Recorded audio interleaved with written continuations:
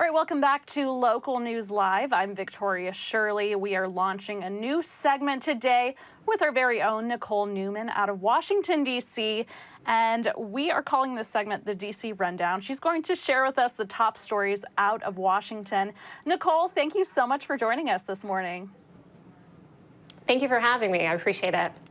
All right, let's jump right into your top story you'll be talking about today. So President Biden is traveling to Indonesia.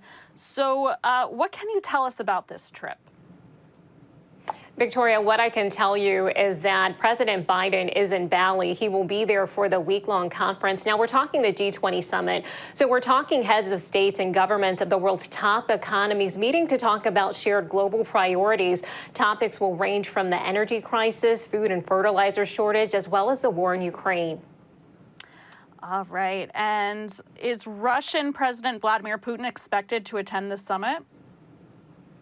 No, he isn't. He does have the option to join virtually. Foreign Prime Minister Sergei Lavrov will represent Putin on the ground, and this comes as the invasion in Ukraine approaches its 9th month. And basically, some of these leaders were asked the summit to rescind Russia's invitation due to its unprovoked invasion of Ukraine. And this is basically just a sense of wanting to talk about the elephant in the room without the elephant being there. And so these are some conversations that they want to have. I mean, when you look on it on a global scale, in addition to what's happening with the warfare, also there's a humanitarian crisis that's happening here that collectively it will take world leaders to come together to help Ukraine out. And what about the pending discussions between Biden and China's president? Well, we know that Biden is expected to speak privately to Chinese President Xi Jinping. Now, this is the first time in 4 months that the United States and China will have an opportunity to speak. This is all fallout from Nancy Pelosi's trip to Taiwan back in August.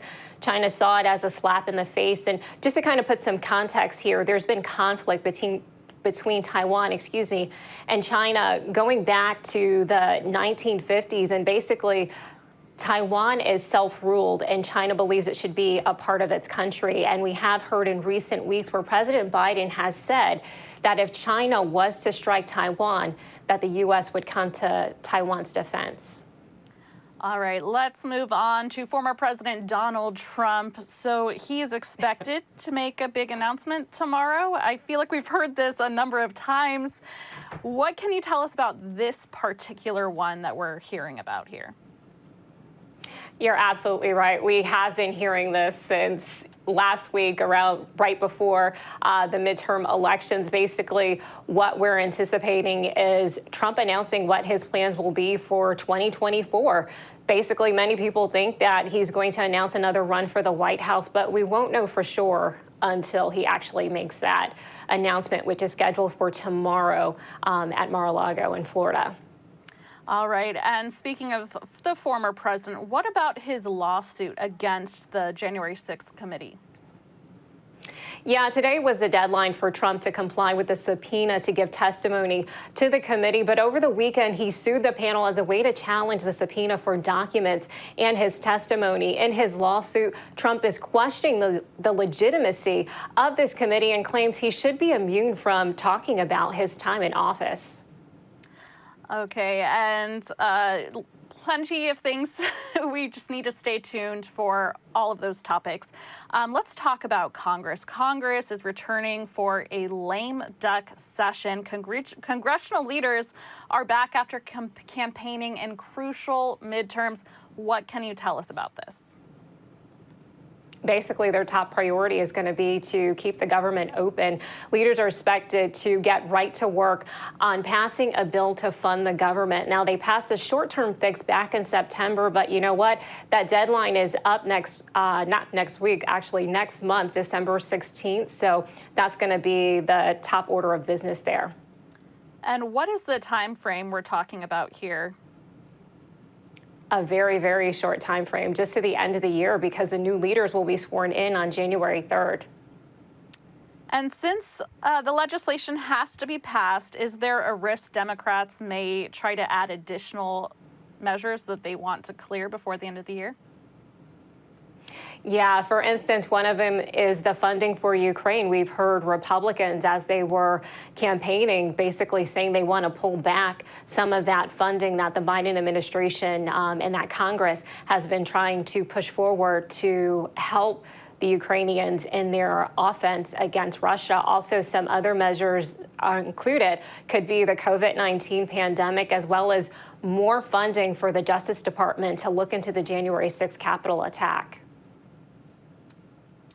All right. And big news for Senate Democrats over the weekend. Why are some prominent Senate Republicans calling for a delay in the leadership election? You know, Victoria, they're really upset that this red wave didn't materialize. They feel that this is an opportunity for them to go back to square one, so to speak, and kind of look at how they can put their party forward, especially as we move forward into 2024. The elections are scheduled to be held tomorrow. It's still yet to be seen on whether or not they will actually be held. And who are these prominent Senate Republicans that are the ones calling for this delay? Well, we have Senator Rick Scott out of Florida, who I do want to mention is already a part of the current GOP Senate leadership. He is the committee chairman. Also, Ron Johnson from Wisconsin, who just won his reelection bid, and also Mike Lee from Utah. They are circulating a letter. This letter started circulating last week. Now, mind you, this was before the majority was called for Senate Democrats over the weekend. We know that Senator Catherine Cortez Masto was able to hold on to her seat in Nevada, and so was Mark Kelly in Arizona. So now Democrats do have the majority in the Senate. But also, we have this runoff that's scheduled to happen on December 6th in Georgia, and we still don't know the outcome of that yet. All right, so that about wraps up the top topics, but I did want to take a moment to talk about this segment because it is a brand new segment. And Nicole, over the next few weeks, you'll be helping us out here at Local News Live, talking about the top stories out of DC. Is there anything you want to share so we can chit-chat a little bit about what people can expect to see from this segment in the coming weeks? Sure, absolutely. Basically, as you mentioned, the top stories coming out of DC, you know, what happens here impacts the nation. And so we feel it's important to kind of give a rundown, hopefully a short and condensed version that is digestible for people. We know that politics sometimes can be very boring, so we'll try to liven it up a little bit. Absolutely, and there's so many moving parts, so we appreciate you, Nicole, jumping on here and helping us understand the top stories coming out of Washington, D.C. So thank you so much, Nicole, for your time. Thank you.